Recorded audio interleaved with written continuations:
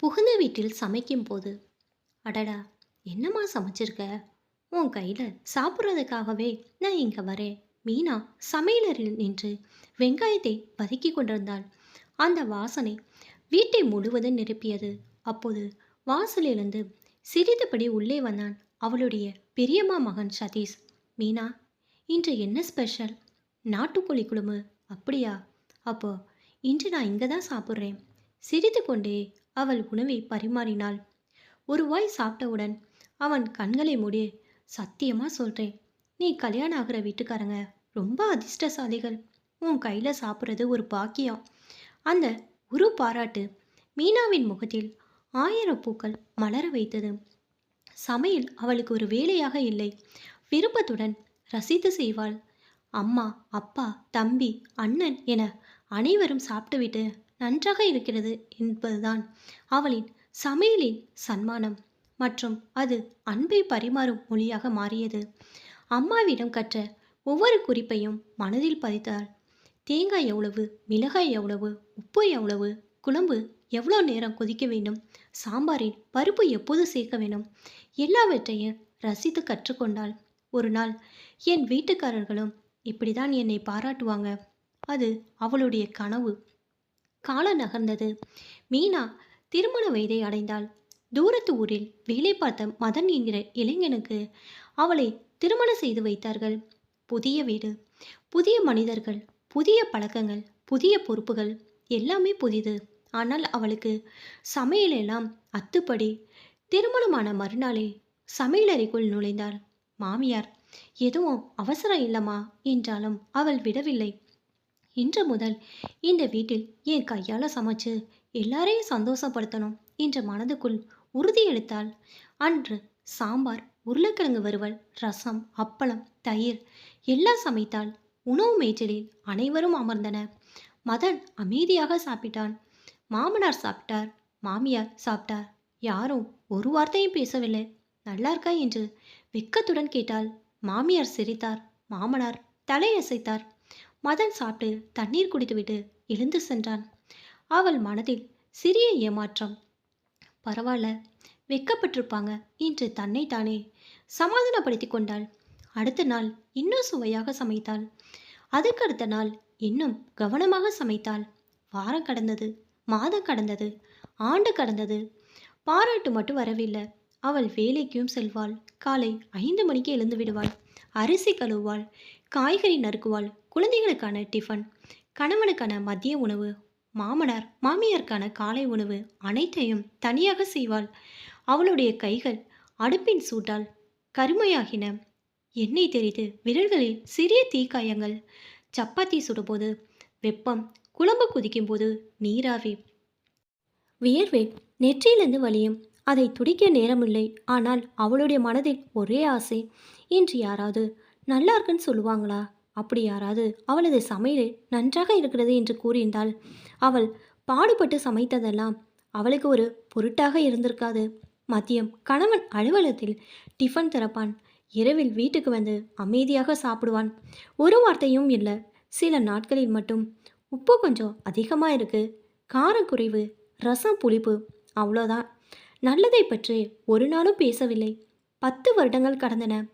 2 குழந்தைகளுக்கு அம்மாவானால் குழந்தைகளின் பள்ளி பாடம், வேலை, வீட்டு வேலை, சமையல் அனைத்தையும் சிரித்தபடியே செய்தாள். ஆனால் ஒவ்வொரு நாளும் சாப்பாடு பரிமாறும்போது மட்டும் அவள் கண்களில் ஒரு எதிர்பார்ப்பு இருக்கும். இன்னைக்கு நல்லா இருக்கு என்று 2 வார்த்தைகள், அவ்வளோதான். ஒரு நாள் இரவு மழை பெய்து கொண்டிருந்தது. மீனா மதனுக்கு பிடித்த சிக்கன் குழம்பை அன்போடு செய்தாள். அவன் விரும்பும் மிளகு ரசமும் வைத்தாள். சூடாக சப்பாத்தி சுட்டாள். அனைவருக்கும் பரிமாறினாள். மதன் வழக்கம் போல் அமைதியாக சாப்பிட்டு கொண்டிருந்தான். மீனா மெதுவாக கேட்டாள், சாப்பாடு நல்லா இருக்குங்களா? அவன் சாப்பிடுவதை நிறுத்தினான். நான் ரொம்ப நாளாகவே பார்த்துக்கிட்டு இருக்கேன். அவள் அமைதியாக நின்றாள். எப்போ பார்த்தாலும் சாப்பாடு நல்லா இருக்கா, நல்லா இருக்கான்னு கேட்டுக்கிட்டே இருக்கிற. அவளுடைய இதயம் துடித்தது. நல்லா இருந்தா நானே சொல்வேல, ஏன் தினமும் கேட்குற? அந்த வார்த்தைகள் கன்னத்தில் அறிந்தது போல் இருந்தது. அவள் சிரிக்க முயன்றாள். ஆனால் உதடுகள் நடுங்கின. அந்த நேரத்தில் அருகில் அமர்ந்திருந்த அவளுடைய இளைய மகன் கரண்டியை கீழே வைத்தான். அப்பா. மதன் திரும்பி பார்த்தான். என்னடா? அம்மா சமைக்கிற சாப்பாடு எப்போவுமே சூப்பராக தான் இருக்கும். அம்மா காலையிலேருந்து ஓய்வே இல்லாமல் எல்லோருக்காக சமைக்கிறாங்க. நான் பள்ளியிலேருந்து வந்தாலும் சூடாக சாப்பாடு, நீங்கள் ஆஃபீஸ்லேருந்து வந்தாலும் சூடாக சாப்பாடு, தாத்தா பாட்டிக்காக தனியாக, எங்களுக்காக தனியாக, அம்மா ஒரு நாளாவது அவங்களுக்காக சமைச்சு உட்காந்து நிம்மதியாக சாப்பிட்ருக்காங்களா? யாரிடமும் பதில் இல்லை. அப்பா, நீங்கள் நல்லா இல்லைன்னா உடனே சொல்கிறீங்க, நல்லா இருந்தா ஏன் சொல்ல மாட்டீங்க? மதன் எந்த பதிலும் பேசவில்லை. அமைதியாக சாப்பிட்டு முடித்தான். கைகளை கழுவிக்கொண்டு எதுவும் நடக்காத போல் எழுந்து தனது அறைக்குள் சென்று விட்டான். மீனா மட்டும் அங்கேயே நின்றாள். கண்களிலிருந்து கண்ணீர் வழிந்தது. அந்த கண்ணீரில் கோபம் இல்லை. 10 வருடங்களாக சொல்லப்படாமல் இருந்த ஏக்கம் மட்டும் இருந்தது. அவளுடைய மகன் மெதுவாக வந்து அவளுடைய கையை பிடித்தான். அம்மா, நான் எப்பவும் உங்கள் கையால் சாப்பிட்றதுக்கு தான் ஆசைப்படுவேன். அவள் மகனை அணைத்து கொண்டாள். அந்த இரவு மதனுக்கு எதுவும் தோன்றவில்லை. ஆனால் மீனாவின் மனதில் ஒரு உண்மை மட்டும் ஆழமாக பதிந்தது. சிலர் நம் உழைப்பை கவனிப்பார்கள், சிலர் அதன் பலனை மட்டும் அனுபவிப்பார்கள். இன்றும் பல வீடுகளில் அம்மா சமைக்கிறாள், மனைவி சமைக்கிறாள். அவர்களின் கைகள் சூட்டில் வெந்து போகின்றன. ஆனால் அவர்களின் மனம் இயங்குவது ஒரு பாராட்டுக்காக தான். இன்று சாப்பாடு ரொம்ப நல்லா இருந்தது என்ற 4 வார்த்தைகள் பல பெண்களுக்கு அந்த நாள் முழுவதும் கிடைக்கும் மிகப்பெரிய மகிழ்ச்சி.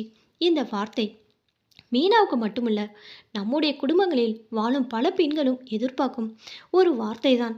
குறை சொல்ல நேரம் எடுத்துக்கொள்கிறோம், ஆனால் பாராட்ட 2 நொடிகள் கூட எடுத்துக்கொள்வதில்லை. அந்த 2 நொடிகளை கொடுத்து பாருங்கள்.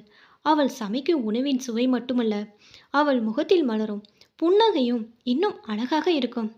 சாப்பாட்டை கூட தினமும் பாராட்ட வேண்டுமா என்ற எண்ணம் சிலருக்கு தோன்றலாம். ஆனால் ஒரு நிமிடம் யோசித்து பாருங்கள். நீங்கள் அலுவலகத்தில் பணிபுரியும் போதோ அல்லது வேறு எந்த வேலையை செய்தாலும் உங்கள் சக பணியாளர்களோ அல்லது மேல அதிகாரிகளோ உங்கள் உழைப்பை பாராட்டினால் உங்கள் மனம் எவ்வளோ மகிழ்ச்சி அடையும். அந்த ஒரு பாராட்டு இன்னும் அதிக ஆர்வத்துடனும் முழு மனதுடனும் அந்த வேலையை செய்யும் உற்சாகத்தை உங்களுக்குள் உருவாக்கும். அதே போலதான் சமையலும். வேலைக்கு சென்று வந்து சமைக்கும் பெண்களாக இருந்தாலும், வீட்டிலே முழு நேரமும் குடும்பத்திற்காக சமையல் மட்டும் வீட்டு வேலைகளை செய்யும் பெண்களாக இருந்தாலும், அவர்கள் எதிர்பார்ப்பது பெரிய பரிசுகளோ ஆடம்பரமான புகழ்ச்சியோ அல்ல. இன்றைய சாப்பாடு மிக சுவையாக இருந்தது, இன்று ஒரு மனமார்ந்த பாராட்டு, அல்லது இன்று கொஞ்சம் உப்பு அதிகமாக இருக்கிறது, சிறிது காரம் குறைவாக இருக்கிறது என்று அன்போடு சொல்லப்படும் ஒரு கருத்து மட்டுமே. ஆனால் அதற்கு பதிலாக மனதை புண்படுத்தும் வார்த்தைகளால் குறை கூறினால் அவர்கள் மனம் நொந்து போகும். நாள்தோறும் அன்போடும் அக்கறையோடு செய்த வேலையின் மதிப்பு இல்லையெனின் உணர்வு அவர்களுக்குள் உருவாகும். அது நாளடைவில் அந்த வேலையை செய்யும் ஆர்வத்தையே குறைத்துவிடும். ஒரு பாராட்டு செலவில்லாத பரிசு, ஆனால் அது ஒருவரின் மனதையும் உற்சாகத்தையும் அன்பையும் பல மடங்கு அதிகரிக்கும்.